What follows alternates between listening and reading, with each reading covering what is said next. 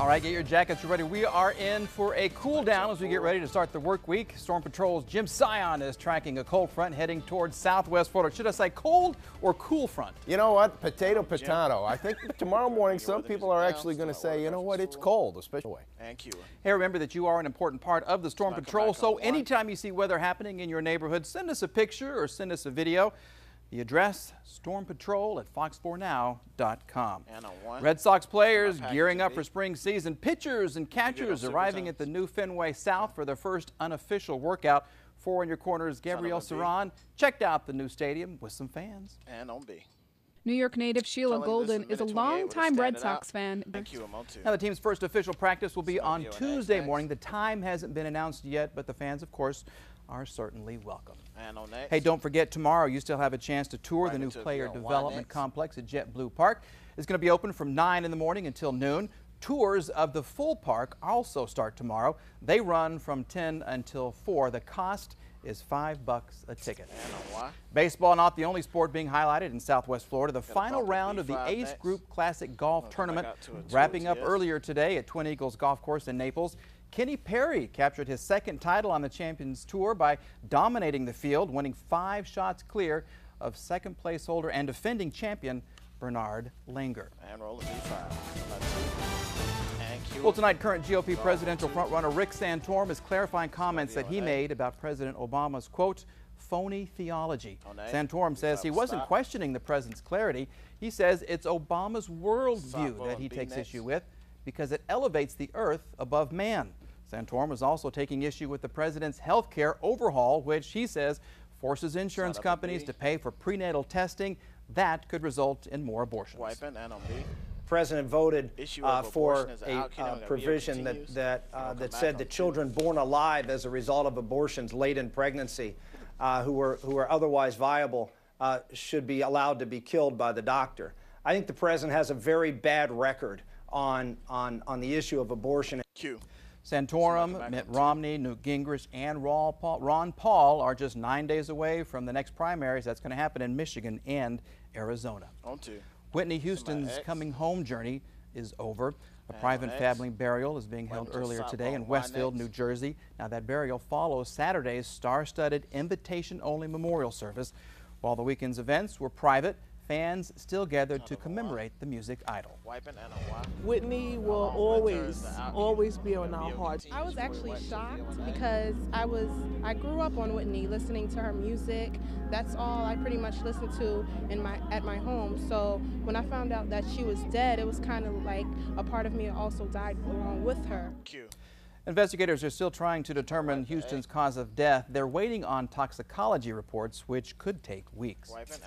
The father of a soldier killed in Iraq, so outraged by the New Jersey governor's order to fly all flags at half-mast in tribute to Houston, decides to burn the state flag in protest.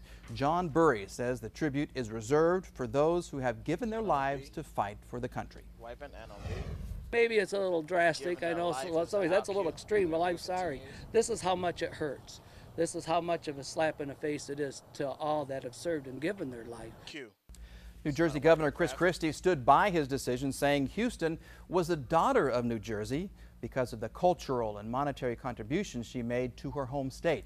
Well, we want to know what you think about this story. Should flags in New Jersey been flown at half-staff for Whitney Houston?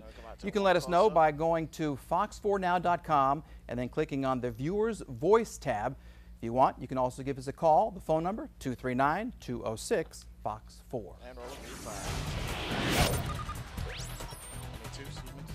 New information tonight about the Central Florida mother who is accused of killing her 1-year-old son. Authorities in Lakeland now saying an autopsy has determined the child drowned and suffered blunt force trauma.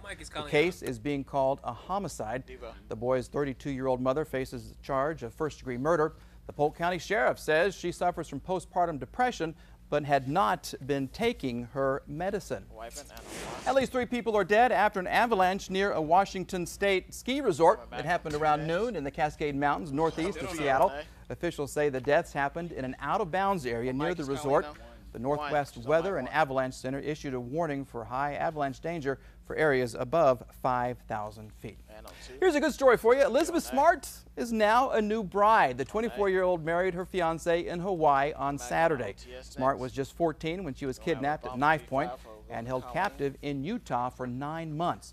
She recently became an activist for young people dealing with traumatic events, starting a foundation in her name. Smart met her fiancé while doing Mormon missionary work in Paris.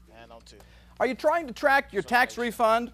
Well, a problem with a very important tool on the IRS website is causing some taxpayers a lot of anxiety. 4 in Your Corner's Colleen Hogan joins us now with more on what the glitch is and what it means for your refund.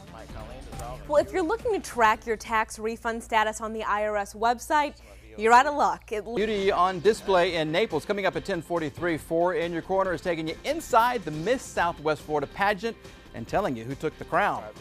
And at 10:15, a dog quarantined after biting a news anchor is now back home, and it was the support of more than just his owners that got him freed.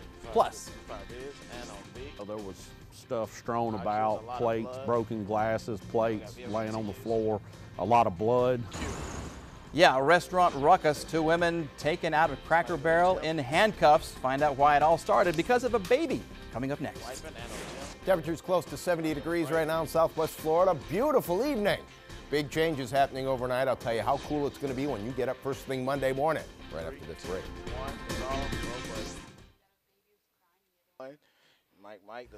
Well, it's not a food fight, but rather a whole lot more to Mississippi restaurant. 2 women arrested after getting into a fight. And as Michael Clark reports, it all started over a crying baby. There was stuff strewn about, plates, broken glasses, plates laying on the floor, a lot of blood about it. Well, police tell us that because racial slurs were heard and violence ensued, hate crime charges are possible. The FBI is joining the search for a missing mother and daughter in Cleveland. The 19-year-old woman and her 1-year-old baby were taken while walking down the street Saturday morning. Authorities think that the woman's estranged boyfriend kidnapped them at gunpoint. The man is described as a violent sexual predator with felony warrants out of New York. We're working leads. As you know, we issued an Amber Alert. So as leads come in, we're working the leads. It really scared me. So from now on in, if we are over at the car lot, I will be coming with them. Investigators say that the boyfriend is considered armed and dangerous. A male nurse at a Portland hospital is facing child pornography charges. Federal officials linked him to an online screen name that had shared files of child porn. Officials say that he worked at an Oregon Children's Hospital before resigning last week. That hospital sent 10,000 letters to families of patients alerting them to his arrest. The dog rescued from an icy pond who went on to bite a Denver news anchor is now going home. The Argentine Mastiff named Max is being released from a 10-day quarantine at this Colorado animal shelter. Max appeared on a morning show after his rescue, and that's when he bit the news anchor on the face. She had to receive 70 stitches on her lip and nose. Max's owners had to pay $140 in fees, then drive to a secure area behind the shelter to pick him up. It's been a long wait, but his owners are happy to have him back. Bad judgment on my part for even putting him in a situation like that. But, you know, it's a growing pain, you know, and I'm better for it. We've learned from it. Well, many people were upset with how Max was being treated after the incident. Online petitions urging an early release drew 5,000 signatures. The party and parade rolled on in New Orleans. Take a look at this. Despite rainy weather, several parades had to be moved due to storms, but the delay didn't dampen spirits. As you can see, some of the crowds line the streets. Good news is, though, the forecast improves for Fat Tuesday. Now, your Storm Patrol weather forecast with Jim Zion. A precious family heirloom is returned. A Florida woman finding a missing ring that used to belong to a Holocaust survivor. Angela Roser explains how the owner got it back. This is the ring Sandra Olshansky says her husband Norman found in a Delray Beach shopping center parking lot Wednesday afternoon. They're going to let you in. All right, the woman who found the ring did get a reward, but says that she is donating it to charity. Moves are being made to try and bring a new casino to Southwest Florida, but in 5 minutes, see why there are some major players who don't want to roll the dice. Also, could a glitch at the IRS mean a delay for your tax return? We're getting the answers you need to know coming up. Cold front right over the southern tip of Florida. Going to be changing our weather overnight tonight. I'll tell you how chilly, yes, how chilly it's going to be for you first thing tomorrow morning. Coming up.